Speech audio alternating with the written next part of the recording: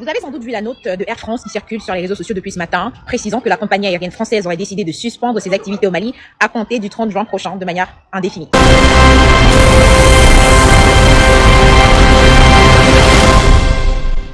Suivez les informations en Afrique et partout dans le monde en temps réel sur la chaîne Tony.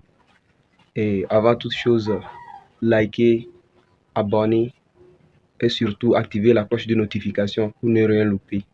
Aujourd'hui, je vais vous partager une nouvelle vidéo. Vous avez sans doute vu la note de Air France qui circule sur les réseaux sociaux depuis ce matin, précisant que la compagnie aérienne française aurait décidé de suspendre ses activités au Mali à compter du 30 juin prochain de manière indéfinie. Sauf qu'il y a peut-être des détails qui vous échappent. Mais laissez-moi vous rappeler ce qui s'est passé, les circonstances de cette suspension. Mais il faut savoir que la compagnie aérienne et le gouvernement français ont fait les mains et les pieds pour revenir au Mali.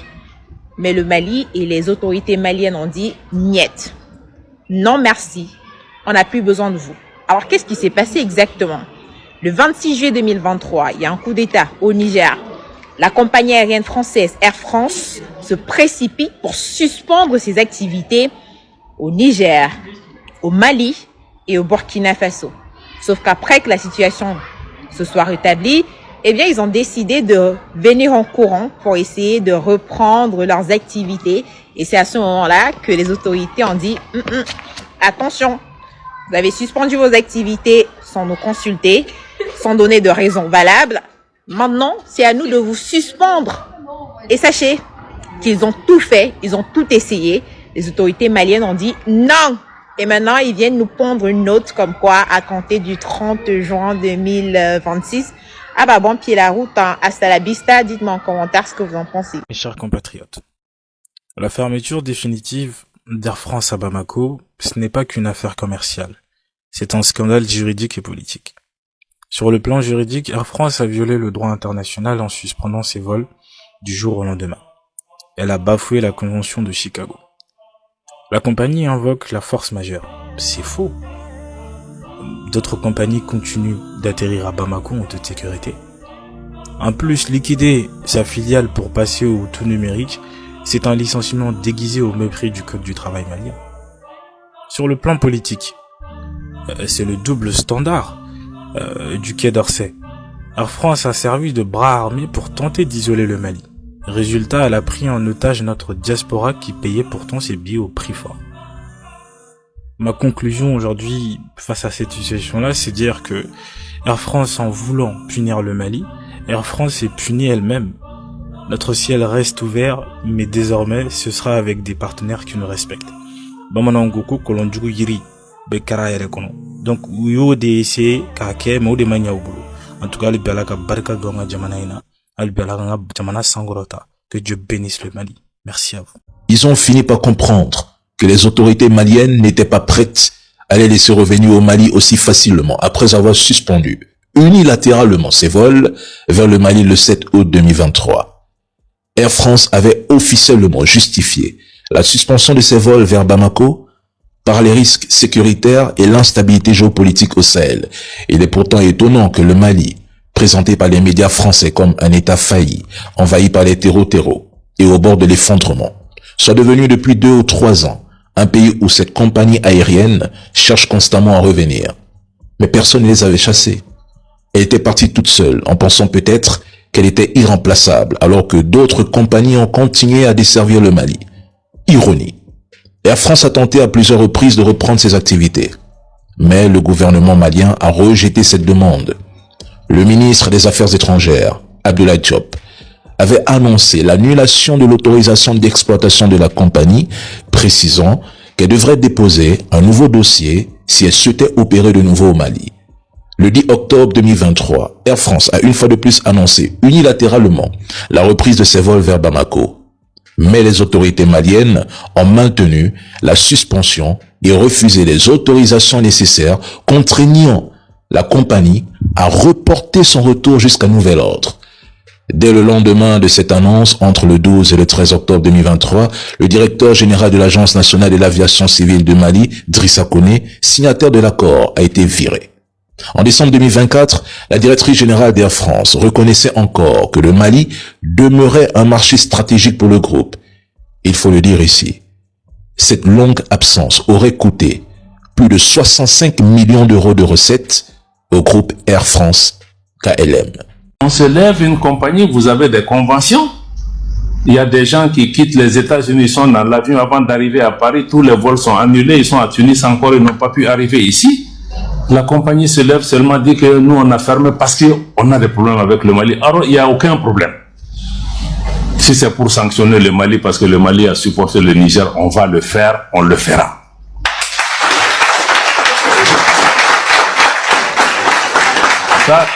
Ça va pas nous dissuader par rapport à ça. Donc, on a aussi mis la réciproque, on a appelé Air France. J'ai dit que maintenant que vous dites que vous allez reprendre le 11 là, vous ne reprenez pas le 11.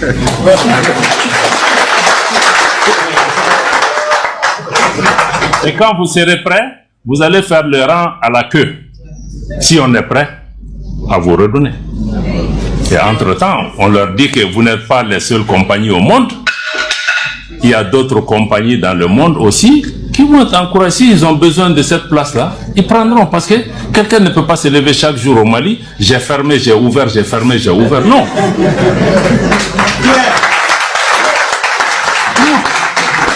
Donc ça, il faut aussi qu'on nous respecte.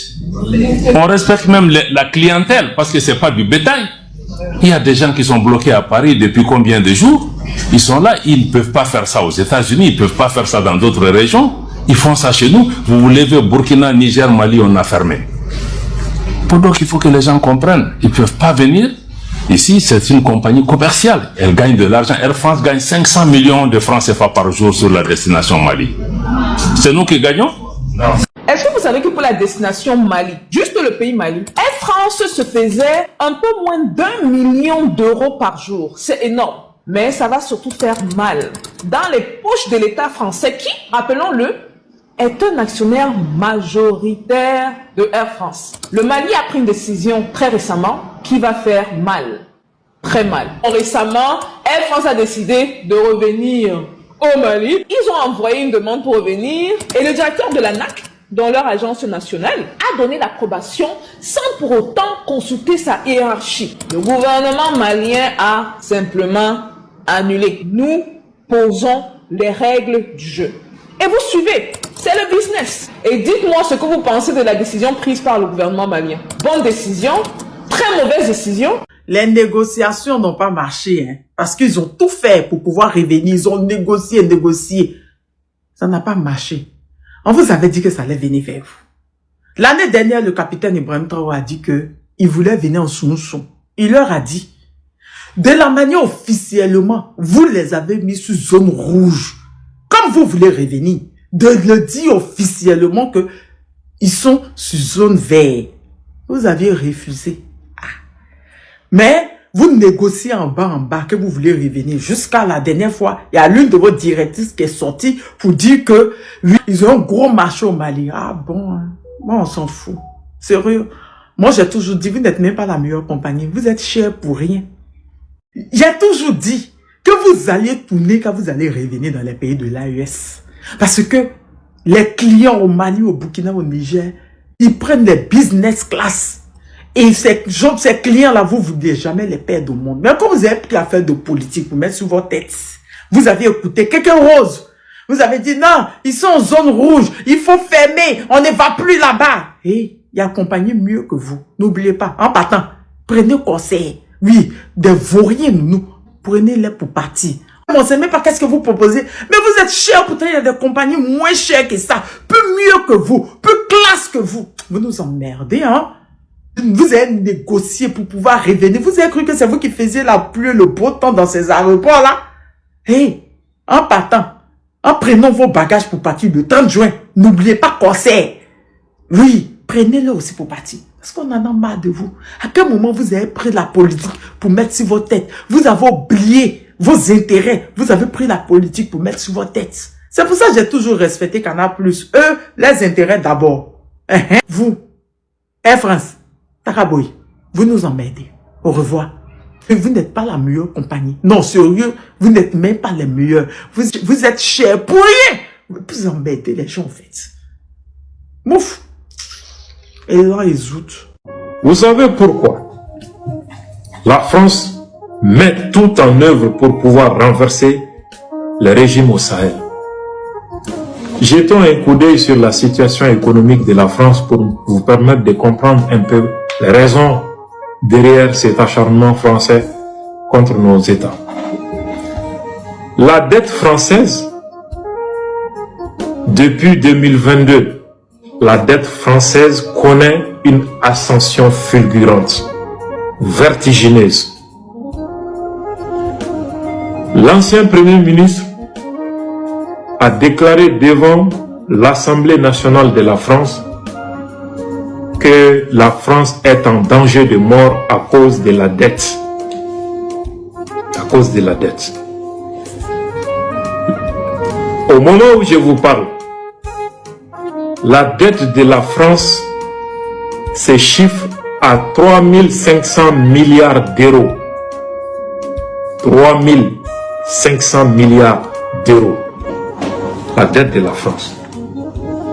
Depuis que les États du Sahel ont chassé Air France, l'armée française, certaines entreprises françaises, depuis que la France a perdu l'or du Mali et du Burkina, l'uranium du Niger, la dette de la France est devenue, a pris une hauteur jamais égalée dans l'histoire de ce pays.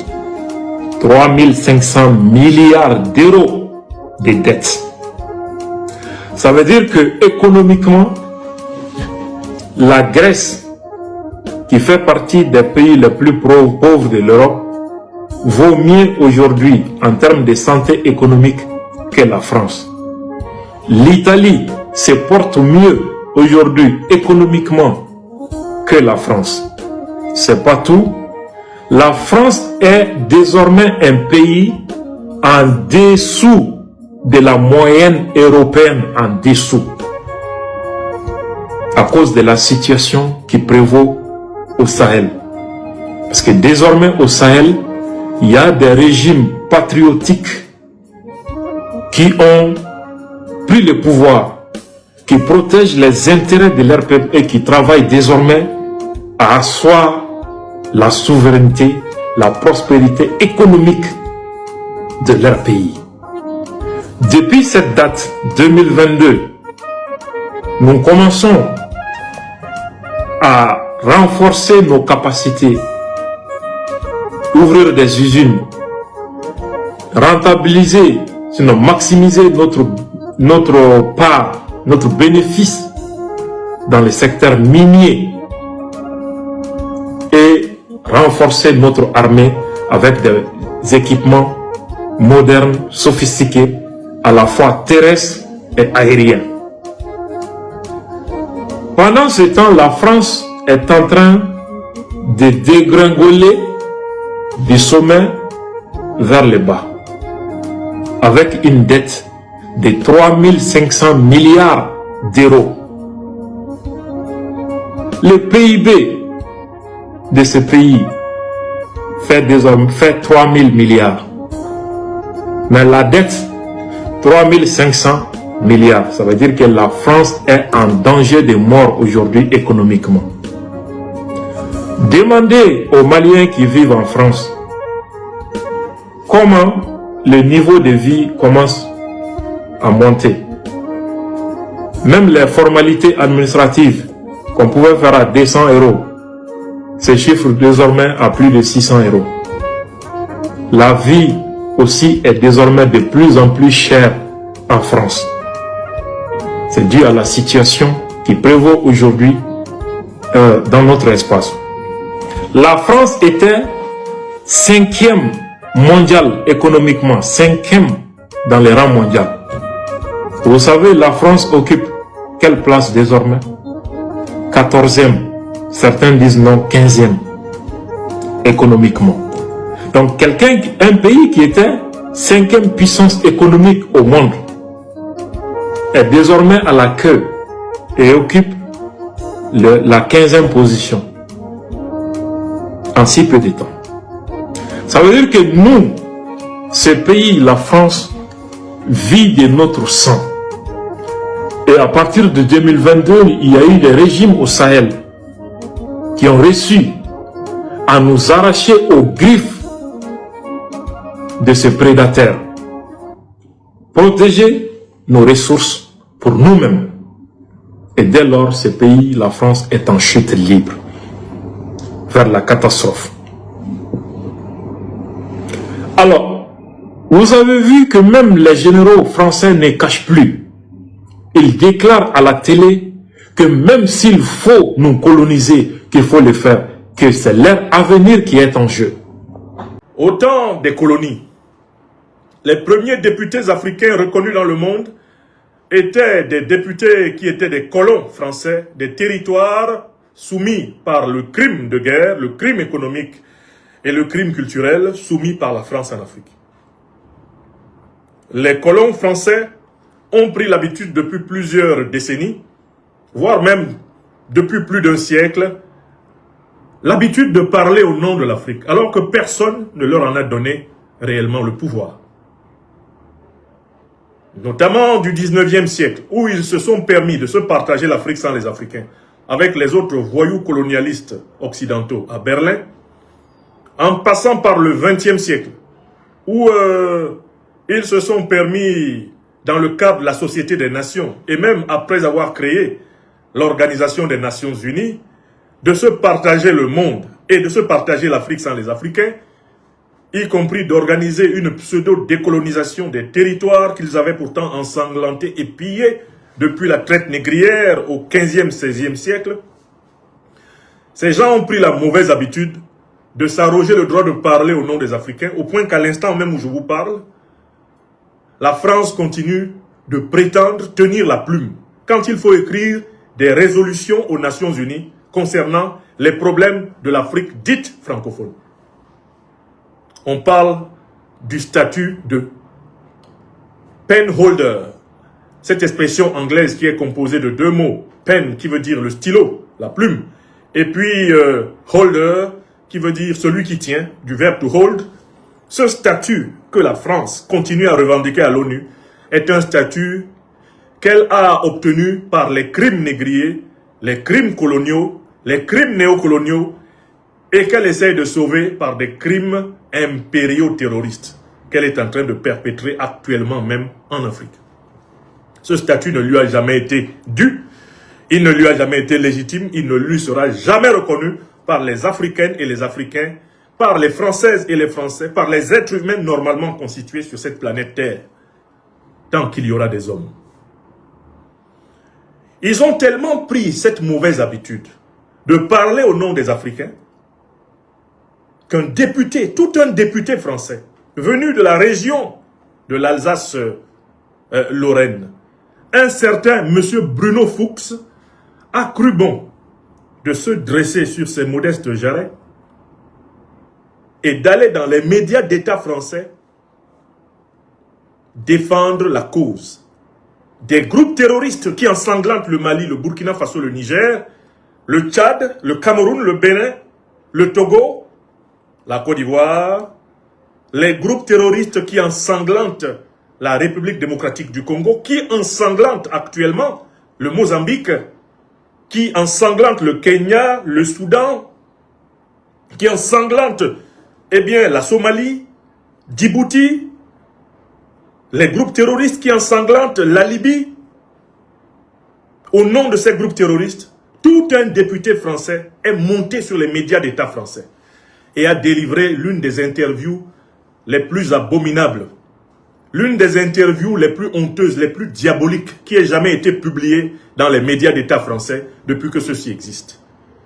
Dans cette interview, Bruno Fuchs, président de la commission des affaires étrangères du Parlement français, par ailleurs proche collaborateur d'Emmanuel Macron, qu'il a accompagné dans son dernier safari, abusivement appelé Africa Forward au Kenya, Bruno Fuchs s'assume comme le député du FLA.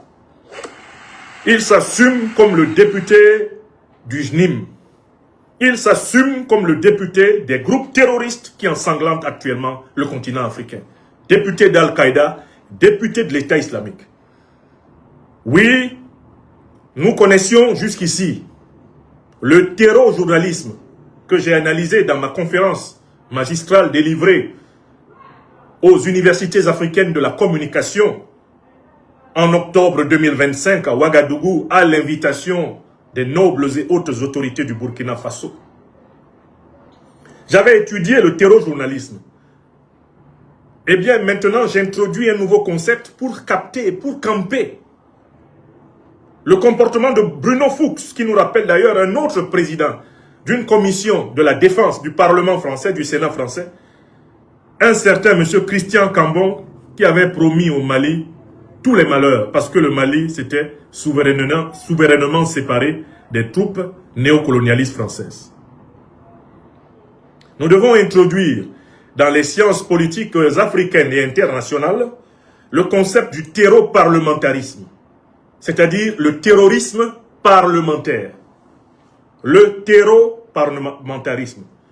Nous avons déjà introduit le concept du terreau-journalisme.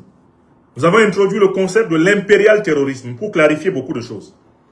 Dans le terreau-journalisme, nous avons bien nommé, vous vous en souvenez, l'activité de Wassim Nasr, l'activité du fameux et triste hibou de Dakar, Serge Daniel Bogbo Hundada, l'homme qui a honte de son nom africain béninois. Le terreau-journalisme. Là maintenant, nous allons parler du terreau-parlementarisme, c'est-à-dire du terrorisme parlementaire. Et la figure de proue du terrorisme parlementaire aujourd'hui, eh bien en France, s'appelle Bruno Fuchs, l'homme qui est fou et qui s'en fout. En quoi consiste le terreau-parlementarisme? Notez la définition. Il s'agit de la promotion de la cause du terrorisme à l'intérieur des parlements. Dans le cas d'espèce, Bruno Fuchs est le promoteur du terrorisme d'Al-Qaïda et de l'État islamique au Parlement français. Notez la définition. Qu'est-ce que c'est que le terreau-parlementarisme? C'est le fait que des députés, prétendument élus démocratiquement par des peuples, se consacrent plutôt, au lieu de représenter les intérêts légitimes de leur peuple, se consacrent plutôt à utiliser leur mandat pour défendre les intérêts de l'impérial terrorisme. Bruno Fuchs est un terreau parlementaire. C'est un parlementaire terroriste. Il pratique le terreau-parlementarisme. Écrivez-moi ce concept. Tilana Yomi, écrivez. Nous sommes là pour travailler. Nous sommes là pour travailler sur ce qu'ils font, de telle façon qu'ils ne sont même pas capables de rêver qu'ils peuvent emporter une bataille intellectuelle face à nous. Ce sont des enfants. Depuis leur patron, le chef de la junte néocolonialiste et impérialiste, Emmanuel Macron, jusqu'à lui et à tous les sous-fifres. Nous appelons ce que fait Bruno Fuchs, l'interview qu'il a délivrée dans les médias français, tels par exemple RFI. Cette interview est un monument du terreau-parlementarisme, le terrorisme parlementaire. Un député qui se dévoue à défendre la cause terroriste cesse d'être un député démocratique, républicain, pour devenir un terreau-député, terreau-parlementaire, terreau-député. C'est un terreau-député. Il pratique le terreau-parlementarisme, c'est-à-dire le terrorisme parlementaire. C'est exactement ce comportement que nous avons observé lorsque l'Union européenne a osé prendre une résolution sur la vie politique intérieure de la République du Niger.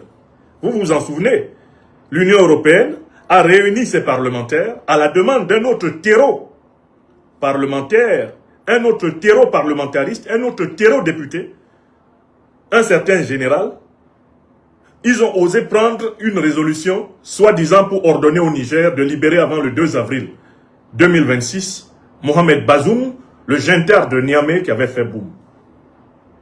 Je cherchais déjà à trouver un concept pour héberger cette pratique, et j'ai fini par trouver le concept, c'est du terreau-parlementarisme. C'est-à-dire, c'est le fait que des députés, des parlementaires se consacrent à la promotion du terrorisme. C'est ce qu'ils ont fait. C'est ce que le fameux général qui a introduit la résolution, eh bien, contre le Niger à l'Union européenne a fait. Et c'est ce que vient de faire précisément le député français Bruno Fuchs, l'homme qui est fou et qui s'en fout.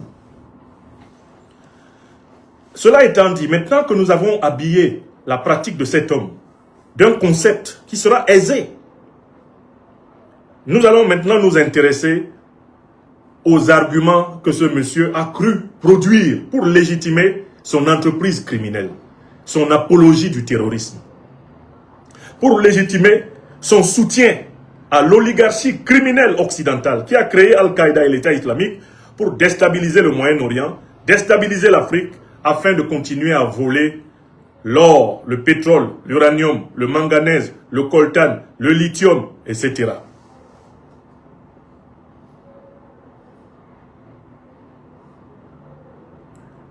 Il faut que ce soit clair. D'abord, la définition.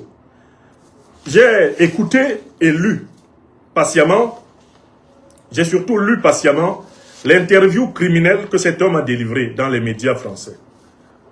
Et cette interview, je l'ai recoupée en 7 questions, 7 grandes questions qui lui ont été posées, avec 7 réponses. Globalement, il lui a été posé 7 questions, on peut les recouper en 7 questions, et il a essayé de donner 7 réponses. Je vais rappeler les questions, rappeler les réponses et prouver que, à chacune des questions qu'on lui a posées, ce terreau député, ce terreau parlementaire a menti. Et il a confirmé l'abomination du terreau-journalisme, du terreau-parlementarisme. Hein? Il s'est confirmé vraiment comme le porte-parole des criminels qui ensanglantent le continent africain, comme leur associé, comme leur représentant. C'est-à-dire qu'en fait, c'est quelqu'un qui vient vraiment s'installer dans le rôle des anciens colons qui osaient être les députés de l'Afrique au Parlement français à la place des Africains. Lui, il est le député des terroristes au Parlement français. Les terroristes du JNIM et du FLA sont bien représentés au Parlement français, puisqu'ils ont un terreau-député qui porte leur parole au Parlement français. Il s'appelle Bruno Fuchs.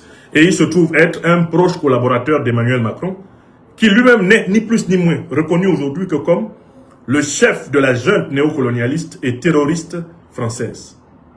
Emmanuel Macron, qui désormais est reconnu comme tel par la presse officielle française. Je tiens à vous rappeler que des journalistes de la presse officielle française comme Robert Navarro ou comme Georges Malbruno ont enfin rejoint le cortège de ceux qui disent la vérité en reconnaissant que le terrorisme qui ensanglante l'Afrique de l'Ouest, l'Afrique centrale et même l'Afrique australe, ce terrorisme a pour parrain l'OTAN et notamment la France. Aujourd'hui, dans les médias français, cela a pu être dit. Après que tous ceux qui le disaient avec preuve, comme moi, aient été présentés comme des ennemis de la France, j'attends la déchéance de nationalité de Georges Malbruno, la déchéance de nationalité de Robert Navarro. J'attends que les biens et les avoirs économiques de Robert Navarro et de Georges Malbruno soient gelés comme les miens. J'attends de voir Macron chasser les Français, tous les Français de France, parce qu'ils répètent l'évidence, parce qu'ils disent la vérité, à savoir que les régimes français, notamment à partir de Nicolas Sarkozy, de Nagui Bokcha, de François Hollande jusqu'à Macron, ont activement collaboré avec les groupes terroristes qui opèrent en Afrique du Nord, au Sahel, dans le golfe de Guinée, en Afrique centrale et en Afrique australe. J'attends le décret du ministre de l'économie et des finances et du ministre de l'Intérieur qui vont geler les comptes de Georges Malbruno, journaliste français, et de Robert Navarro, journaliste français, qui ont dit enfin ce que moi j'avais déjà prouvé. Moi, on m'a présenté dans le décret ordonné par Macron comme étant coupable d'atteinte à la nation française, atteinte à la défense de la France, atteinte à la diplomatie de la France, atteinte à la sauvegarde de la population française. Voilà comment Macron m'a présenté, sans même passer par un juge.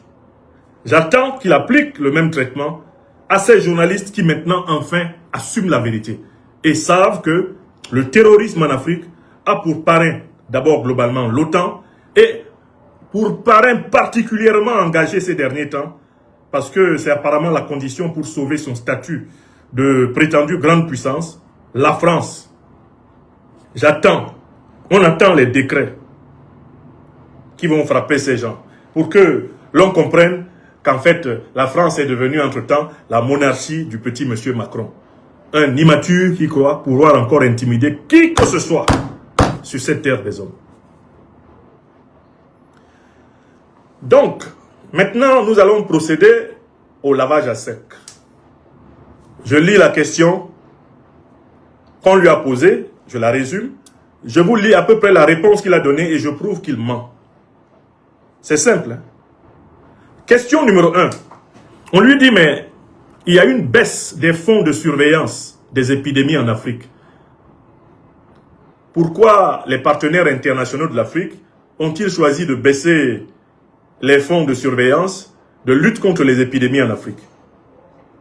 Sa réponse globalement consiste à dire, on fait avec ce qu'on a aujourd'hui et de dire qu'on doit faire un plaidoyer pour l'Afrique afin que l'Afrique soit protégée des épidémies parce que cela va nous permettre de nous protéger nous-mêmes. Voilà sa réponse à la première question. Et voici ma critique. Bruno Fuchs ment. Pourquoi? Parce que le vrai problème qui est lié aujourd'hui aux épidémies et aux pandémies qui frappent l'Afrique, c'est qu'une bonne partie de ces épidémies et de ces pandémies ne sont pas d'origine naturelle. Une bonne partie des épidémies et des pandémies qui frappent l'Afrique sont des épidémies et des pandémies qui sont mises en œuvre dans le cadre de la guerre biologique organisée par l'Occident contre l'Afrique.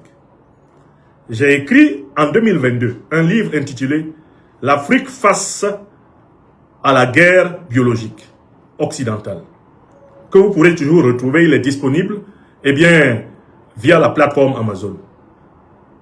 L'Afrique, c'est une étude qui est publiée à l'intérieur du livre Chantier d'émancipation africaine. Je vous mettrai le lien. Dans cette étude, j'ai pu établir que certes, il y a des épidémies et des pandémies, on va dire d'origine naturelle. Mais ce qu'on a observé ces dernières années, ces dernières décennies, c'est la naissance d'un phénomène qu'on peut appeler le viro-business, le business du virus.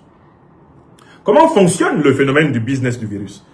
Il y a de nombreuses firmes pharmaceutiques et laboratoires stratégiques, pour l'essentiel occidentaux, qui sont disséminés à travers le monde et qui sont étroitement liés à l'industrie pharmaceutique. Voici leur business plan. Ils créent des virus qui provoquent des épidémies, voire des pandémies, ce qui leur permet de gagner le marché des vaccins, et le marché des vaccins leur permet par conséquent de banquer à mort. Au point que, aujourd'hui, les lobbies pharmaceutiques sont en train de gagner même plus d'argent que les lobbies de vente d'armes. L'industrie pharmaceutique est devenue l'industrie qui est l'une des plus rentables jamais connues dans l'histoire de l'homme. C'est ce qu'on a appelé le Big Pharma. Nous savons, avec le recul du temps, que les pandémies qui ont frappé l'Afrique, comme le sida, comme Ebola, comme le Covid-19, comme le hantavirus qu'on essaye d'y implanter, comme les fièvres du singe, etc., la plupart de ces virus sont issus de laboratoires occidentaux. Bien souvent, on essaie d'expliquer la sortie de ces virus de laboratoires occidentaux par des accidents de laboratoire. Mais ce sont des accidents qui profitent à quelqu'un et qui, par là, sont très peu accidentels.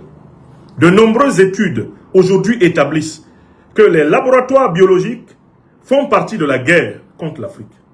Étudiez en particulier les travaux des laboratoires biologiques d'Afrique du Sud, dirigés par le docteur Wouter Basson, et qui étaient soutenus par tous les pays de l'OTAN. Ces laboratoires ont élaboré des armes de guerre biologique qui ont été utilisées contre la population africaine, qui ont été utilisées contre les populations des pays qu'on appelait les pays de la ligne de front. La Zambie, le Mozambique, l'Angola ont connu des bombardements viraux. Quand vous entendez parler par exemple de la fièvre du charbon, le bacille du charbon a été utilisée pour combattre les Africains. La guerre biologique a aussi consisté à stériliser par des vaccinations opportunes des millions d'Africains.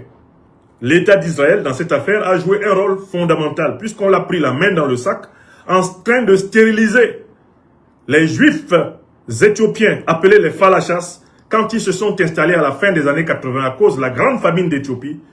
L'État d'Israël s'est rendu coupable de vaccinations opportunes ayant pour but d'empêcher la population africaine israélienne de se reproduire normalement. C'est un dossier qui a été soumis aux Africains depuis plusieurs moments par plusieurs alertes. L'un des plus importants généraux de la Fédération de Russie, le général Igor Kirilev, a trouvé la mort dans un attentat ukrainien, mais il avait eu le temps de publier tous ses travaux sur les laboratoires de guerre biologique occidentale implantés contre les Africains en Afrique. Et c'est cela qui a amené une prise de conscience relative, pas suffisante, sur le continent africain. Avec des pays comme la Namibie, comme le Burkina Faso, qui ont mis fin à tous les programmes des laboratoires biologiques suspects, comme ceux de la fondation Bill et Melinda Gates, qui étaient là sous couvert de combattre le paludisme, en train de stériliser les Africains. Donc, Bruno Fuchs est fou ou bien il s'en fout. L'Afrique n'a pas besoin de l'aide de l'Occident pour combattre les pandémies et les épidémies. Ce dont l'Afrique a besoin, c'est d'empêcher et de se défendre contre l'utilisation des virus par l'Occident pour la combattre. Voilà de quoi nous avons besoin en Afrique. Combattre les laboratoires biologiques, les laboratoires de guerre biologique occidentaux que nos autorités ont, par complicité, par naïveté et parfois par ignorance, installés chez nous. Voilà le premier point, ça c'est la réponse à Bruno Fuchs. On ne veut rien de l'argent de l'Occident pour combattre les pandémies en Afrique. Nous voulons nous débarrasser des laboratoires biologiques occidentaux mis en embuscade pour atteindre la démographie africaine. Frapper l'Afrique dans son cœur. Est-ce que c'est clair? Quand je vous dis que c'est un terreau, député, voilà la preuve. Ils veulent faire dans l'humanitarisme comme s'ils avaient pitié de l'Afrique. S'ils avaient eu pitié de l'Afrique, ils n'auraient pas commercialisé des millions d'Africains. S'ils avaient eu pitié de l'Afrique, ils n'auraient pas exterminé des centaines de millions d'Africains pendant leur colonisation. S'ils avaient eu pitié de l'Afrique, ils n'auraient pas utilisé la chair à canon africaine pour par la suite monter des pseudo-indépendances pour les Africains. Ces gens-là, les Africains qui cherchent leur pitié sont des Africains décalés et coupés de la réalité. L'Afrique n'a pas besoin que l'Occident en général, la France en particulier, finance sa lutte anti-pandémie. L'Afrique n'en a pas besoin. Pour les Africains conscients et éveillés, il vaut mieux tous périr que d'accepter à nouveau que l'Occident pilote une quelconque politique sanitaire sur ce continent. C'est hors de question, c'est terminé. Donc l'arnaque des lobbies de Big Pharma, l'arnaque du viro business ne passera plus. Bruno Fuchs, Macron et tous les dirigeants africains, les dirigeants européens, occidentaux, circulez. L'urgence pour les Africains sur ce premier point, c'est de se débarrasser de tous les laboratoires pharmaceutiques, biologiques, suspects de haute criminalité en Afrique. Tout ce que l'Afrique ne maîtrise pas, tout laboratoire dont on ne maîtrise pas les procédures d'un début à l'autre, tout laboratoire qui n'est pas sous le contrôle de la brigade biologique souveraine panafricaine et qui maîtriserait ce qui se fait dans ces laboratoires de l'entrée de tous les intrants à la sortie de tous les extrants. Tout laboratoire de cette nature doit être fermé en Afrique. Écrivez ça. Écrivez. Parce qu'en réalité, les Africains doivent maintenant se rendre compte que nous sommes dans une période de guerre biologique. On nous a mené une guerre biologique incroyable. C'est un miracle qu'il y ait encore des Africains au monde. Après toutes les guerres biologiques qu'on a menées contre les Africains, une bonne partie des virus que nous avons connus au XXe et XXIe siècle ont été expressément propagés en Afrique. Chaque fois d'ailleurs qu'il y a un pays africain, et c'est le cas de la République démocratique du Congo, qui essaye de commencer à se relever, on lui balance une épidémie, on lui balance une pandémie. Regardez bien la corrélation entre les tentatives de redressement national à travers l'Afrique et les pandémies. Vous verrez que les pandémies et les épidémies germent spontanément, presque spontanément, partout où il y a une politique qui risque de mettre l'Occident et ses intérêts en difficulté. La carte des pandémies et des épidémies ressemble à la carte des intérêts miniers, à la carte des intérêts financiers, des intérêts géostratégiques, militaires et consorts. Aucun Africain sérieux ne peut aujourd'hui faire confiance à l'Organisation mondiale de la santé. Il n'y a que les fous, comme Bruno Fuchs, à croire qu'il y a des fous pour le croire. Quand il dit que lui, député d'Alsace-Lorraine, est très inquiet à l'idée que des enfants africains souffrent du hantavirus. On sait qu'il s'en fout, comme de l'an 40. S'il ne s'en foutait pas, les Africains ne seraient pas remplis dans les centres de rétention, de détention et d'expulsion de la France. S'il ne s'en foutait pas, les politiques anti-immigrationnistes, anti-africaines ne seraient pas en avant-garde dans toute l'Europe. Donc, il faut qu'ils arrêtent de se cacher derrière leurs petits doigts. Nous connaissons par cœur le fonctionnement du viro-business. Et nous appelons nos dirigeants à se débarrasser de tous les laboratoires biologiques, de tous les laboratoires pharmaceutiques occidentaux dont ils ne maîtrisent pas les process, dont les process ne sont pas sous le contrôle réel des inspecteurs panafricains souverains de la santé publique. Écrivez ça. Je vous ai dit que Bruno Fuchs, on allait lui faire un lavage à sec. Très bien. Question 2. On lui demande, la France abandonne-t-elle la politique pour aller désormais vers le domaine économique? Réponse de Bruno Fuchs. Non, ce n'est pas tout à fait cela, mais il y a deux grandes zones. Il y a la zone anglophone et la zone francophone. Dans la zone anglophone, nous sommes en concurrence avec d'autres puissances. Nous sommes obligés de faire une offre économique tout de suite. Alors que dans la zone francophone, nous avions jusqu'ici une relation coloniale, néocoloniale, France-africaine. Et donc, il nous faut aller aussi dans cette zone-là à l'économie. Hein? Et puisque désormais, dans cette zone-là, nous ne pouvons plus opérer par la voie militaire. La Chine a des traités économiques avec, par exemple, la RD Congo. La Chine a des traités économiques avec les pays africains. Il faudrait que nous allions vers des traités économiques comparables à celui de la Chine. Et de nous dire que désormais, la ligne, ça va être vraiment une politique essentiellement orientée sur l'économie. On va un peu laisser les aspects militaires et politiques. Réponse à Bruno Fuchs. Bruno Fuchs s'en fout et il est fou. Car ici en Afrique, tout le monde sait que la France n'a pas renoncé à sa détermination à mener une guerre informationnelle et idéologique contre le panafricanisme, c'est-à-dire contre le souverainisme africain. La France n'a pas renoncé à se mêler des affaires intérieures des pays africains, c'est-à-dire à tout faire pour imposer à la tête des pays africains des sous-fifres qui lui permettront de continuer à les piller. La France n'a pas renoncé à l'action militaire en Afrique. Elle a déguisé une partie de ses troupes en mercenaires habillés en civil et cachés dans les ONG, dans les associations soi-disant humanitaires, et les autres sont cachés dans les compagnies militaires de sécurité. Tout cela nous a été très clairement exposé par un général qui a d'ailleurs été auditionné au Parlement français et qui a expliqué qu'il fallait désormais que les troupes françaises soient invisibles. Vous vous souvenez du patron de la compagnie de mercenaires appelée Géos, et qui s'était exprimé au Parlement français. Rappelez son nom, pour ceux qui s'en souviennent. Donc la France n'a pas abandonné le tout militaire par ailleurs, parce que c'est elle qui, principalement, finance, médiatise, renseigne. C'est elle qui, aujourd'hui, assure le porte-parole parlementaire des groupes terroristes. Exemple, Bruno Fuchs, eh bien, terreau parlementaire, terreau député, qui, on le voit, va défendre les intérêts du JNIM, va défendre les intérêts du FLA, va défendre les intérêts de l'État islamique, va défendre le projet de ces organisations terroristes. Parce que précisément, les intérêts du néocolonialisme français sont suspendus au succès des mercenaires de la France en Afrique, c'est-à-dire des gens du FLA et du JNIM, les gens d'Al-Qaïda et de l'État islamique.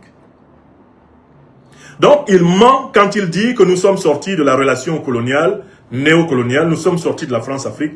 La France, elle n'en est pas sortie. Et les Africains que nous sommes, nous n'avons pas fini d'en sortir. parce que nous n'avons pas encore entièrement chassé les troupes néocolonialistes françaises du sol africain. Nous ne nous sommes pas encore débarrassés de la domination monétaire et financière française à travers, le franc CFA. Nous n'avons pas fini de nous débarrasser, de l'ingérence française dans les affaires politiques africaines. Récemment encore, l'armée française bombardait une capitale africaine pour y sauver un régime. Ça, on l'a vu. Les émissions de l'armée française dans la politique africaine, que ce soit au XXe ou au XXIe siècle, je ne vais pas vous en faire la liste. De nombreux officiers de la DGSE, de nombreux agents français ont été pris la main dans le sac des tentatives de déstabilisation en Afrique. Certains sont même encore en prison dans plusieurs pays africains.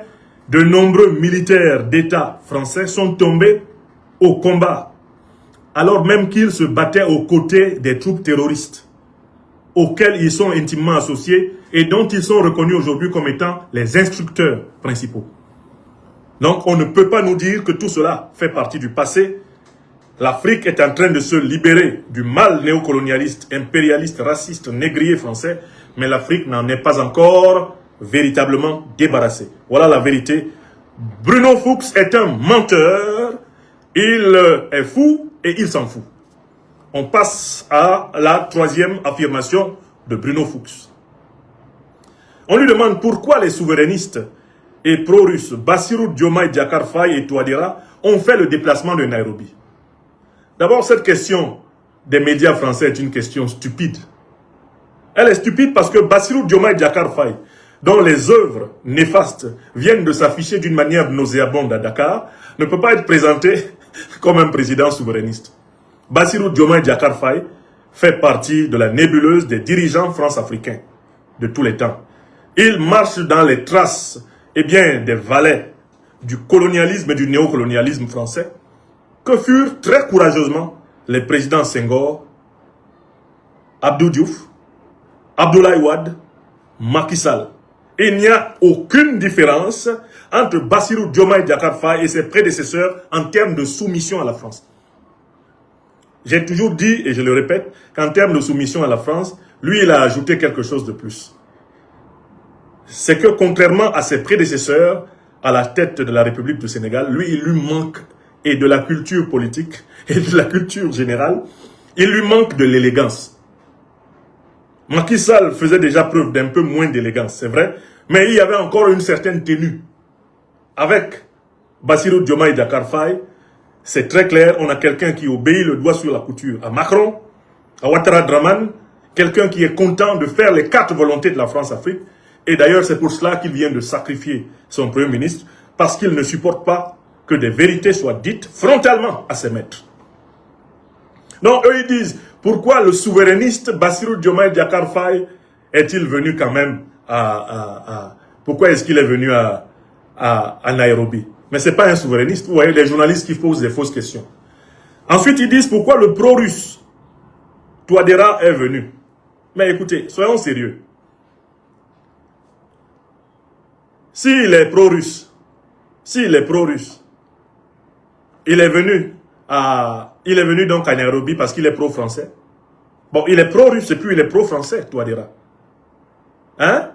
D'ailleurs, désormais, les Russes et les Français se font face en République centrafricaine, à nouveau, puisque, comme va le répondre, Bruno Fuchs, l'homme qui est fou et qui s'en fout, désormais les Russes sont en Centrafrique et les Français aussi. Donc la vérité devrait être que Touadéra est désormais pro-russe et à la fois pro-français. Ou plutôt qu'il a accepté, il a décidé de neutraliser les Russes par les Français et les Français par les Russes, afin, lui, de jouer la carte de son indépendance. Mais dire de Touadéra qu'il est pro-russe, après même qu'il ait rétabli des avantages qu'il avait retirés à la France, c'est tout simplement une aberration. Pour ma part, le positionnement du président Touadéra est un positionnement qui pour moi est indiscernable. J'ai cessé de commenter la politique centrafricaine quand le positionnement du président Touadéra est devenu complètement illisible pour moi. J'attends de comprendre ce à quoi il joue, parce que pour le moment, je vois qu'il fait une chose et son contraire. D'une part, il a tenté d'affranchir son pays de la domination néfaste du colonialisme français qui a maintenu ce pays, en effet, dans le sous-développement, la pauvreté, la dépendance. Et puis, d'autre part, il veut sauver, pour ainsi dire, ménager la chèvre et le chou. Il s'est remis à caresser la France dans le sens du poil. Et on va voir ce que ça va donner. L'expérience montre que dans la coopération internationale stratégique, surtout quand vous êtes en difficulté, vous n'avez pas intérêt à opposer les puissances.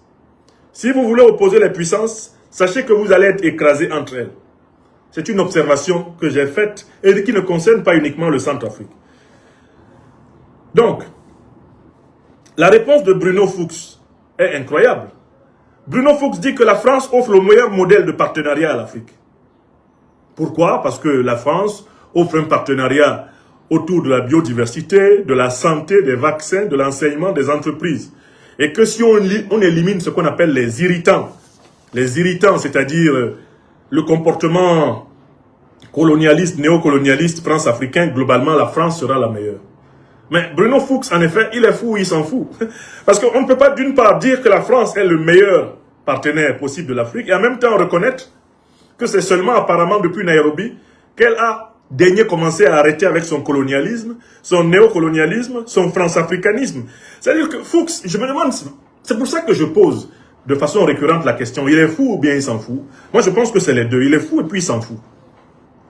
Le même ne peut pas nous dire que jusqu'à ce fameux forum de Nairobi, abusivement appelé France-Africa Forward, la France était dans le modèle colonial, néocolonial, france-africain, et qu'à partir de Nairobi, ça va changer. Et puis dire que la France est le meilleur partenaire possible pour l'Afrique. Mais écoutez, si vous étiez colonialiste, néocolonialiste, France-africain, en quoi vous avez été meilleur? Quel jour avez-vous été meilleur? Si, c'est ce que vous étiez. Donc voilà quelqu'un qui dit une chose et son contraire, et qui ne s'en rend pas compte. Voilà pourquoi je dis qu'il n'est pas seulement fou. Il s'en fout aussi. Il dit une chose et son contraire. Il dit nous sommes les meilleurs et en même temps, il a dit avant nous ne sommes pas les meilleurs. Ah, nous commençons. Il serait possible que nous mettions fin à ce qu'il appelle les irritants, ce qui énerve. Mais il ne veut pas prendre au sérieux le passif de la relation franco-africaine, ce monsieur. C'est que la France a commis des crimes de guerre, des crimes contre l'humanité et des crimes économiques. Elle a commis des crimes culturels contre l'Afrique. Ils doivent être jugés, ils doivent être condamnés, ils doivent être évalués, ils doivent être réparés pour envisager la naissance d'une véritable et authentique relation d'amitié fraternelle franco-africaine. Il n'y aura pas de relation d'amitié fraternelle franco-africaine sur le terrain politique tant que les crimes de guerre, les crimes contre l'humanité, les crimes économiques français n'auront pas été jugés, condamnés et réparés. Je rappelle que la France a continué à faire payer à l'Allemagne des indemnités pour les deux guerres mondiales de 14-18 et de 39-45. Jusqu'en 2010, l'Allemagne payait des indemnités à la France. C'est pas possible que l'Allemagne, qui a fait donc deux guerres mondiales avec la France, les deux ont duré à peine au total 10 ans, les deux guerres mondiales, la première et la seconde, l'Allemagne soit indemnisée par la France alors que l'Afrique qui a été pillée par la France depuis pratiquement le 16e siècle jusqu'au 21e, soit pratiquement pendant 600 ans, que l'Afrique s'en sorte avec Walou, Todiam, Gan, rien. Nous disons aïe à Bamako. Aïe. Vous n'allez pas vous en sortir comme cela. Il ne va pas y avoir une réactualisation gratuite de la relation franco-africaine. Non. Vous allez payer. Vous allez payer. On va juger. On va condamner. On va évaluer et vous allez payer. C'est après avoir payé qu'on va envisager les conditions d'une coopération nouvelle. Écrivez. Écrivez ça. Et c'est cela la logique de la réhabilitation des relations internationales. On pose une... Qu'est-ce qu'il dit encore? Bruno Fuchs nous dit que les pays africains ont intérêt à constater que les pays du Golfe n'ont pas été protégés par les Américains et que les Russes sont en train de quitter le Mali. Il va encore jusqu'à dire les relations avec Touadéra se sont normalisées et que malheureusement jusqu'au sommet de Nairobi, les Français étaient dans une logique unilatérale. Maintenant, il faut que ça change. Mais Bruno Fuchs, comme je le dis, il est fou et puis il s'en fout. D'abord, première chose, mais qui a demandé aux Américains de protéger le monde? Qui a donné le pouvoir aux Américains de protéger le monde? Est-ce que les Américains sont le premier peuple de ce monde? Est-ce que les Américains, là, ils sont le plus ancien peuple de cette terre? Est-ce que l'Amérique est le berceau de l'humanité? Franchement, s'il y a un peuple qui devait être le gardien de la terre, c'est le premier peuple terrien, le peuple africain. Oui ou non? C'est ce qu'on appelle le droit d'aînesse. S'il y a un peuple qui devait donc être d'abord le premier gardien de la terre, et tous les autres devraient se comporter envers lui comme des locataires, ce serait le peuple africain. Puisque l'Afrique est le berceau de l'humanité. Alors, qui a donné pouvoir aux Américains de protéger les gens? Qui leur a demandé ça? Et puis, depuis quand l'Amérique a protégé quelqu'un? L'Amérique a été bâtie sur un triple crime. Triple crime. Extermination des autochtones du continent américain. Les peaux-rouges, qu'on a abusivement appelés les Indiens, sur la base d'une erreur d'appréciation de Christophe Colomb, qui pensait être arrivé aux Indes quand il a vu l'Amérique pour la première fois. Qui les a exterminés? Ce sont les principaux dirigeants, les descendants, ce sont les ancêtres des principaux dirigeants des États-Unis actuels, qui étaient, eux, venus d'Europe. Deuxième grand massacre, deuxième grande extermination, qui est au fondement des États-Unis d'Amérique. Mais c'est la traite négrière, c'est l'exploitation des Noirs. Des dizaines de millions, des centaines de millions d'Africains ont perdu la vie. Pas pour que la puissance américaine existe. Mais en quoi la puissance américaine a-t-elle protégé le monde? Elle a exterminé les Indiens. Elle a esclavagisé les Africains. Et c'est pas fini. La puissance américaine est coupable d'avoir organisé, depuis sa naissance, plusieurs guerres illégales et illégitimes sur la planète. Je vous invite à lire le beau livre de Daniel Ganser, un géopoliticien suisse, sur les guerres illégales de l'OTAN, qui est juste un résumé. Allez regarder l'histoire des guerres américaines. Un grand chercheur américain, le professeur Sachs, tout comme le professeur John Mearsheimer, ont établi que rien qu'entre le XXe siècle et le XXIe siècle, les États-Unis d'Amérique, par leurs guerres illégales criminelles ayant pour but de piller les richesses du monde entier, ils ont provoqué la mort de 38 millions d'êtres humains innocents. 38 millions d'êtres humains innocents. Bruno Fuchs veut vanter le modèle français, le soi-disant nouveau modèle de Nairobi, et il dit que la France peut faire mieux que les États-Unis. Mais qui a réduit les Africains en esclavage, bâtissant les villes de Bordeaux, de Nantes, du Havre, avec le sang des Noirs? Qui a fait ça? Vous voulez écouter la chanson de Cabrel? Francis Cabrel a fait une chanson là-dessus. Allez l'écouter. C'est eux qui ont fait. Qui a massacré les Africains sur leur continent pendant presque 300 ans? Du 18e siècle au 21e. Qui est aujourd'hui derrière le JNIM, le FLA, pour massacrer les Africains en Afrique? C'est pas la même France? Alors, en quoi la France fait-elle mieux que les États-Unis? N'est-ce pas en association avec ces États-Unis que la France a détruit la Libye en 2011, bombardé la Libye pendant 6 mois, tué Kadhafi avec plus de 100 000 Libyens, armé Al-Qaïda et l'État islamique pour envahir le Sahel? Ce monsieur nous dit que la France peut faire mieux que les États-Unis parce que à quel moment la France a-t-elle arrêté de tuer pour voler? Depuis que la France a signé en 1685 le Code noir, dites-moi quel est le siècle où elle n'a pas tué des innocents pour voler. Du 16e siècle à aujourd'hui, il n'y a pas un seul siècle où la France ne soit coupable de crimes de guerre, de crimes économiques, de crimes contre l'humanité. Pas un siècle où elle ne l'ait pas fait. C'est vrai ou c'est faux? Alors, ce monsieur nous dit que le modèle français est meilleur. En quoi est-il meilleur? Faut-il choisir entre la peste et le choléra? Choisir entre la peste, le choléra, le sida ou le cancer? Est-ce qu'on doit choisir? Le monde est-il obligé de choisir entre les crimes américains et les crimes français?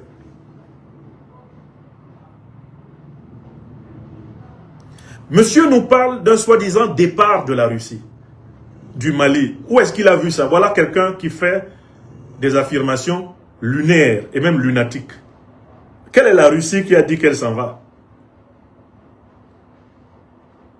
La Russie est liée au pays de l'Alliance des États du Sahel par des accords de coopération et de défense. Et c'est dans le cadre de ces accords que la Russie est présente. Est-ce que ces accords-là ont été rompus? Avant de chasser la France du Sahel, les pays sahéliens de l'AES ont commencé par rompre les accords. Oui ou non? Ils ont dit à partir de maintenant, les soi-disant accords de coopération et de défense militaire sont terminés. C'est ce que le Mali a dit. Quand le Mali a dit ça, il a dit, à partir de là, partez. Est-ce que la Russie a rompu les accords de coopération et de défense mutuelle avec le Mali, avec le Burkina Faso, le Niger, pour que ce monsieur Fuchs dise que les Russes s'en vont? Ils s'en vont, oui, ils ont peur. D'abord, les Russes s'en vont parce qu'ils ont peur de qui? Qui leur fait peur? Ce serait intéressant qu'on essaie de rafraîchir la mémoire à Fuchs. On peut jouer au fou en France, mais pas avec la Russie. Parce que chaque fois que l'armée française s'est amusée à affronter l'armée russe, elle a été sévèrement battue. Et la France a été libérée grâce à la Russie, des griffes du nazisme. Ce sont des faits historiques. Il n'y a aucune comparaison militaire possible entre les armées françaises et les armées russes. Allez voir la défaite de Napoléon Bonaparte, d'où on a tiré le mot Bérésina, qui est un mot russe, le nom d'une rivière où Napoléon mordit la poussière. Poutine rappelle souvent ça à Macron, qui joue au fou. La Deuxième Guerre mondiale, la France ne l'aurait jamais gagnée sans l'Afrique, sans la Russie, sans l'alliance anglo-américaine. Les Français eux-mêmes ne sont pas les gagnants de la Deuxième Guerre mondiale. Ce sont les troupes africaines des territoires coloniaux français qui ont fait l'essentiel du combat de première ligne. C'est l'armée russe, de toutes les armées qui ont combattu l'Allemagne hitlérienne, qui a laissé le plus grand nombre de morts militaires et civils pour que la victoire appartienne au bloc anti-nazi, antifasciste à la Deuxième Guerre mondiale de 1939-1945. Les soviétiques ont laissé plus de 27 millions de vies sur le carreau pour vaincre Hitler. Pas la France, qui dès 1940 avait capitulé. Pétain s'était rangé derrière Hitler et accompagnait Hitler pour lyncher les Juifs et se préparer à commander à toute l'Europe, envahir l'Afrique et exterminer les Africains. Lisez l'excellent livre du professeur Koum Andoumbe III. Hitler voulait l'Afrique. Je vous ai souvent parlé de ce livre important que les Africains doivent lire. Hitler voulait l'Afrique. C'est un document scientifique irremplaçable dans l'histoire des sciences historiques du XXe siècle africain. Ce livre du professeur Koum Andoumbe III. Je l'ai toujours sur moi, même quand je me déplace, comme là je suis, eh bien, au Mali, le livre là est là. Parfois, comme j'en ai 2 ou 3 exemplaires, dont un d'ailleurs qui m'a été dédicacé par le prof, j'aime relire cela. Parce que dans ce livre-là, il montre comment toute l'idéologie de la France-Afrique et toute l'idéologie de la domination contre les Africains correspond à l'idéologie nazie. Tout ce qu'on fait actuellement, même contre l'Afrique, même l'impérial terrorisme, c'est le nazisme. C'est le nazisme. Ce sont les idées du nazisme. C'est le racisme suprémaciste blanc dans sa forme la plus satanique, qui est en réalité la doctrine de domination du monde des puissances oligarchiques occidentales. Et le professeur Koum Andoumbe III, dans cet excellent ouvrage, le montre à merveille. Il rentre dans les racines de la méchanceté, eh bien, des oligarques occidentaux de tous les temps. Les négriers, les colons, les néocolons, les impérialistes et les fascistes et les nazis sont exactement de la même école. Il n'y a pas de différence entre eux. D'ailleurs, à l'issue de la Deuxième Guerre mondiale, la plupart des savants nazis ont été recyclés à l'intérieur des régimes européens et aux États-Unis. La plupart des savants qui ont contribué à l'extermination des Juifs, etc., ils ont été recyclés, on leur a trouvé du travail. On leur a trouvé du travail.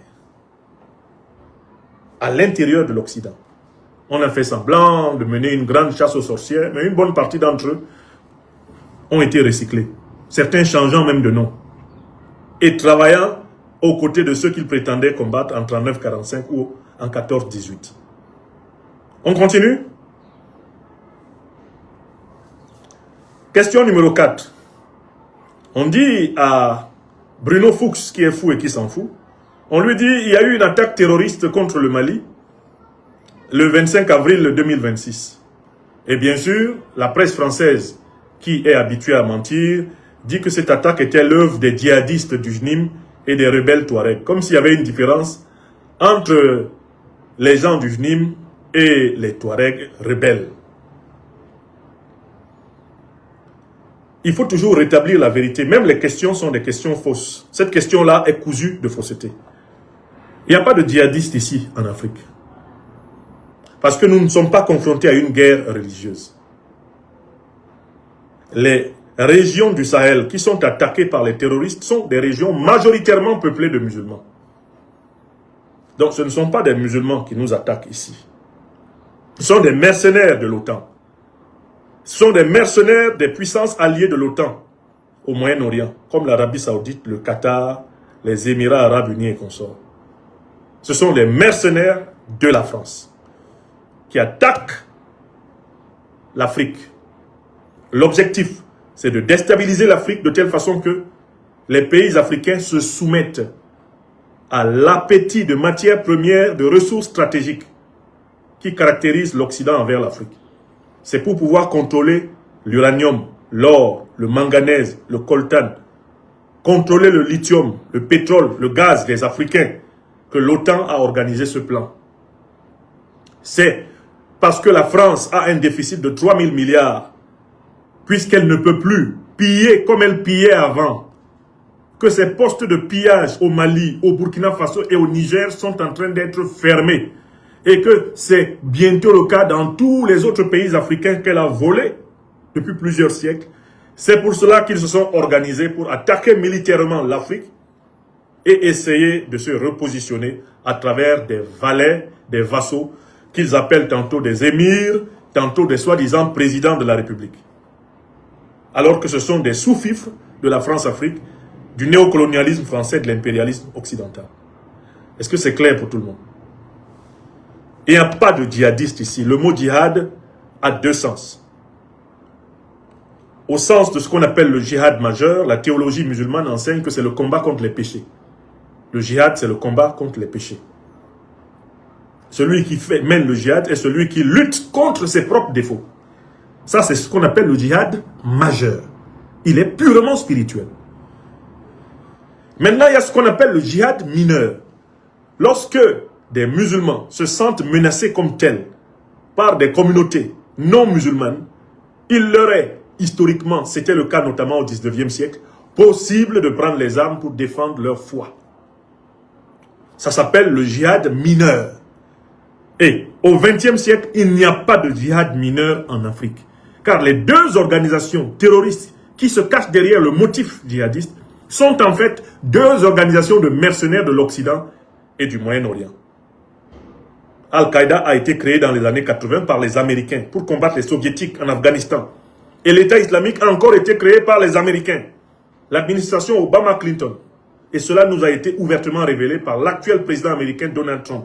La vidéo est là, sur YouTube. Vous tapez Donald Trump, qui a créé l'État islamique. Trump lui-même répond. C'est Obama et Clinton. Donald Trump n'est pas musulman. Macron n'est pas musulman. François Hollande n'est pas musulman. Sarkozy n'est pas musulman.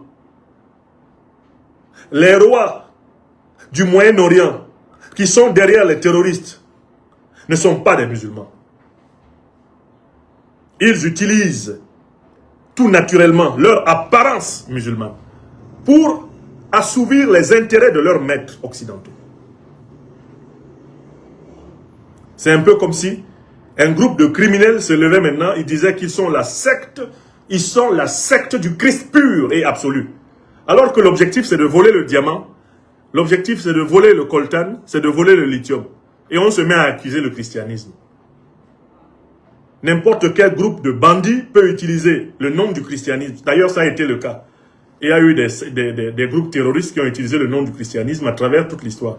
Alors qu'au bout du compte, ces gens-là, tout ce qu'ils voulaient, c'était voler. Ils violaient au passage des femmes qui apparemment leur plaisaient, ou du moins pour satisfaire leurs pulsions, eh bien, laissées en friche, et puis ils passaient. Et ils mettaient ça sur le dos du christianisme. Donc nous devons être extrêmement vigilants, que nous soyons musulmans ou non, pour ne pas succomber à ce narratif. Parce que si on doit dire que ce sont les musulmans qui attaquent l'Afrique, il s'ensuit qu'aucun Africain ne doit être musulman. Si on dit que ce sont des chrétiens qui attaquent l'Afrique, mais il s'ensuit que aucun Africain ne doit être chrétien. Ce sont des conséquences absurdes. Donc il ne faut pas reproduire le narratif que la presse française a voulu nous imposer, que la presse occidentale a voulu nous imposer.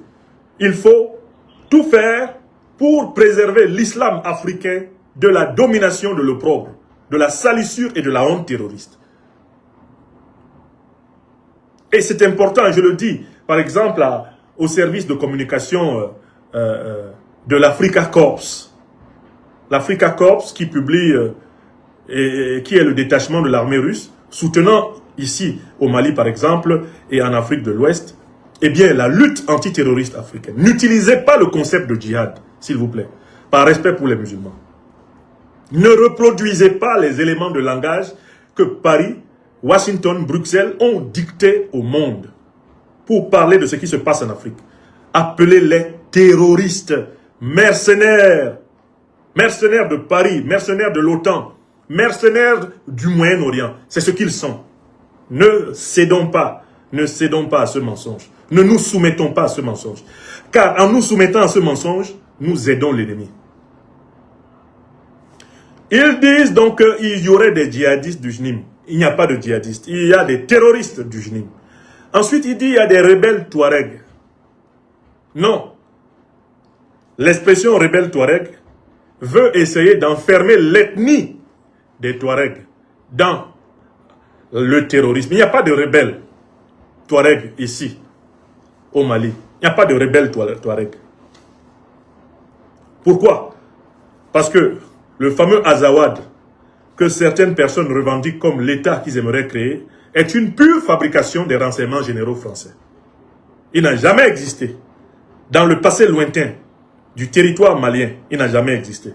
Et les meilleurs spécialistes ayant étudié ces questions s'accordent à reconnaître qu'il s'agit d'éléments de langage qui ont été fabriqués par les renseignements généraux français afin d'empêcher le gouvernement de Bamako d'avoir prépondérance sur la gestion des matières premières stratégiques du Nord Mali. On a créé de toutes pièces le mythe d'un soi-disant État de la Zawad qui n'a jamais existé, ni hier, ni aujourd'hui, ni demain. Le tout pour essayer de partitionner le Mali et d'imposer au peuple malien d'accepter que Paris, Washington et leurs suppôts algériens, mauritaniens, etc. viennent voler le sous-sol du Mali pendant que les dirigeants de Bamako doivent fermer les yeux. C'est tout. Donc il n'y a pas de rebelles ici. Ce sont des mercenaires du colonialisme, du néocolonialisme français. Ce sont des mercenaires. Ce que vous appelez rebelles Touareg là, on ne connaît pas ça. Il n'y a pas de rebelle Touareg. L'expression rebelle Touareg, elle aussi, est un narratif qui a pour but d'englober toute notre ethnie africaine Touareg dans le terrorisme. On veut absolument forcer les Africains et forcer l'opinion du monde entier à considérer que dès qu'on dit Touareg, on veut dire rebelle et on veut dire terroriste. Ils ont voulu forcer à un moment donné que l'on pense que dès qu'on dit Peul, c'est qu'on est en train de dire terroriste ou qu'on est en train de dire rebelle. Nous refusons aussi cela. Nous qui savons lire et qui avons la responsabilité d'éclairer les masses africaines, nous vous invitons à refuser l'expression rebelle Touareg. Il n'y a pas de rebelle Touareg. Tout ce que nous on connaît dans le Nord ou partout ailleurs ici en Afrique, ce sont les terroristes impérialistes. Les terroristes au service de l'impérialisme. Voilà leur nom. Quelle que soit l'ethnie à laquelle ils appartiennent, et il n'y a pas d'ethnie terroriste chez nous ici en Afrique. Il y a des terroristes et ils sont traités comme tels. Tu es terroriste, tu es Bambara, l'armée malienne te combat. Tu es terroriste, tu es Pelou, l'armée malienne te combat. Tu es terroriste, tu es Dogon, l'armée malienne te combat. Tu es terroriste, tu es Touareg, l'armée malienne te combat. Si vous êtes 10 terroristes et puis il y a 5 Touaregs dedans, le nombre de Touaregs qu'il y a dedans n'a aucune valeur pour nous. Ce qui est important, c'est que vous êtes terroriste. Et vous devez être combattu comme tel. Aya Sebe, l'armée malienne ne combat pas une ethnie. Les armées sahéliennes ne combattent pas les ethnies. Parce que les armées sahéliennes sont composées de toutes les ethnies du Sahel. Aucun militaire malien, Touareg, ne participerait au combat contre les terroristes s'il pensait sérieusement que ces combats ont pour but l'éradication de son propre groupe ethnique. Aucun militaire malien, Peul, ne participerait à la lutte contre le terrorisme s'il avait la moindre preuve que cette lutte contre le terrorisme a pour but d'éradiquer sa propre ethnie. Le peuple malien, les peuples sahéliens sont métissés, mélangés, enchevêtrés, condamnés à vivre ensemble. Nous ne céderons pas, nous ne succomberons pas à la fabrication artificielle d'une tentative de génocide Touareg ou Peul, car cette fabrication, elle fait partie des plans des renseignements généraux français, elle fait partie des plans criminels des impérialistes, mais les patriotes panafricains du Mali, du Burkina Faso, du Niger et de tout le continent ne tomberont jamais dans ce piège. Nous sommes tous Touareg, nous sommes tous Peul, nous sommes tous Bambara, nous sommes tous Bassa, nous sommes tous Bamileke, nous sommes tous Haoussa, nous sommes tous Africains. Écrivez ça. Nous sommes tous Soraï, nous sommes tous Dogon, nous sommes tous Bambara. Et nous sommes tous opposés au terrorisme. Ceux qui sont pour le terrorisme, eh bien, nos forces armées les combattent. C'est tout. Toi qui décides de te mettre du côté du terrorisme, quand tu vas là-bas, tu ne vas pas là-bas avec ton ethnie. Tu vas avec ta tête. Et il n'y a pas d'ethnie terroriste. Donc quand quelqu'un meurt là, en train de faire du terrorisme, son ethnie n'intéresse personne de sérieux. Bruno Fuchs, il est fou ou bien il s'en fout? Ou bien c'est les deux. Il est fou et il s'en fout. C'est vraiment cela l'hypothèse la plus sûre. Alors donc, Bruno Fuchs donne la réponse suivante à cette question. Parce que là, j'étais en train de démontrer que la question est fausse. Hein. La question des journalistes français même, elle est remplie de fausseté. Ce sont des journalistes embedded, des journalistes corrompus par le narratif néocolonialiste. Et lui, il répond, citation, lui qui est le bras droit, l'un des bras droits du chef de la junte néocolonialiste et terroriste française Emmanuel Macron, Fuchs dit ceci, la junte malienne a quelques jours à vivre ou quelques semaines à vivre. Citation, hein, un député de l'Assemblée nationale française, parlant d'un gouvernement d'un pays africain, dit ceci, la junte malienne a quelques jours à vivre ou quelques semaines à vivre.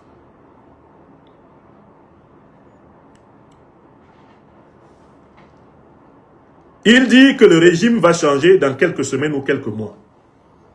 Et il ajoute au passage que c'est parce que le régime n'a pas respecté les accords d'Alger. Alors, quelle est la réaction que nous inspirent ces propos de M. Fuchs qui est fou et qui s'en fout? C'est que Bruno Fuchs assume alors le fait que c'est la France qui planifie la déstabilisation du Mali. Pour dire avec la certitude avec laquelle il s'affiche que le régime du président Assimi Goïta va tomber dans quelques semaines ou dans quelques mois, que le régime du président Goïta a quelques jours à vivre ou quelques semaines à vivre, il faut donc que Bruno Fuchs, porte-parole des groupes terroristes au Parlement français, avoue qu'il assume très clairement le fait que c'est la France qui organise l'agression terroriste en cours contre le Mali, contre le Burkina Faso et le Niger. Pour avoir ce chronogramme, pour avoir cette chronologie, pour avoir cet agenda, il doit être dans le coup. Il est dans le coup. Et c'est facile à savoir qui arme les terroristes.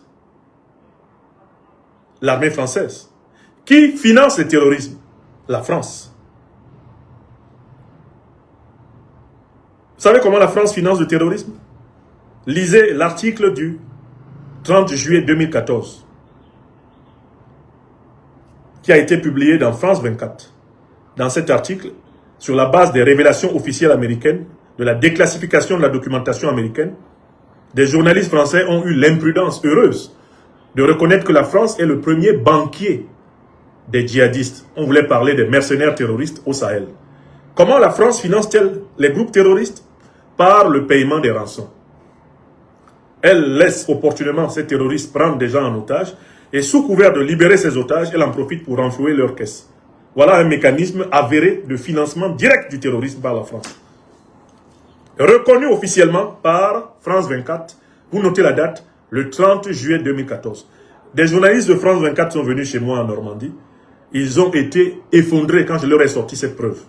Ils ne s'y attendaient pas. Ils ne savaient pas que certains de leurs collègues, beaucoup moins lâches et corrompus qu'eux, avaient déjà eu le courage de dire quand même la vérité. Comme Robert Navarro et Georges Malbruno.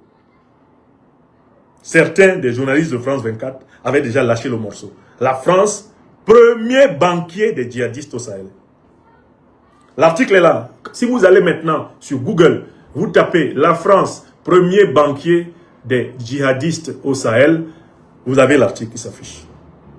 Alors, si vous êtes dans les zones où France 24 est interdite, vous ne pourrez pas lire l'article, mais au moins, l'image de l'article s'affiche. Et on trouve cet article entièrement cité dans mon livre de 2025, L'impérial terrorisme. Une preuve incontestable. Qui donne les médias officiels pour que les terroristes s'y expriment et qui leur accorde des unes?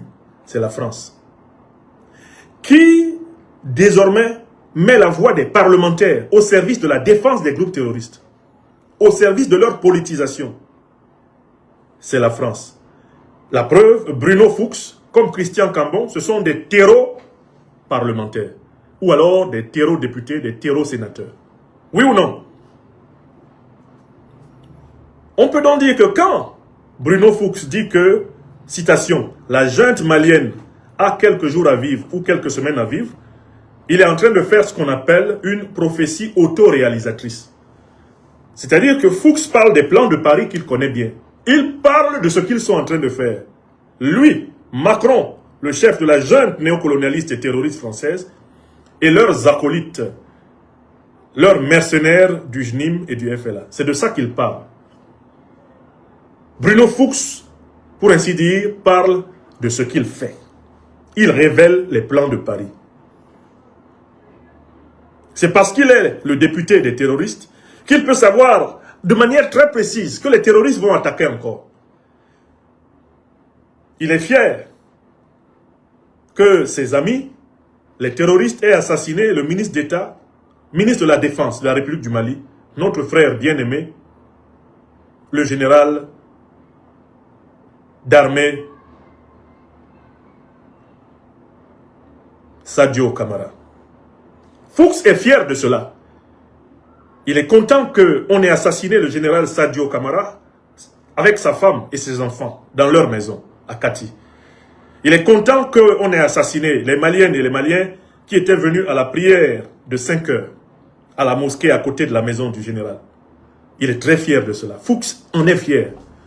Il est fier de l'attaque de 7 villes maliennes par ses amis, les terroristes. Et il dit qu'ils vont recommencer.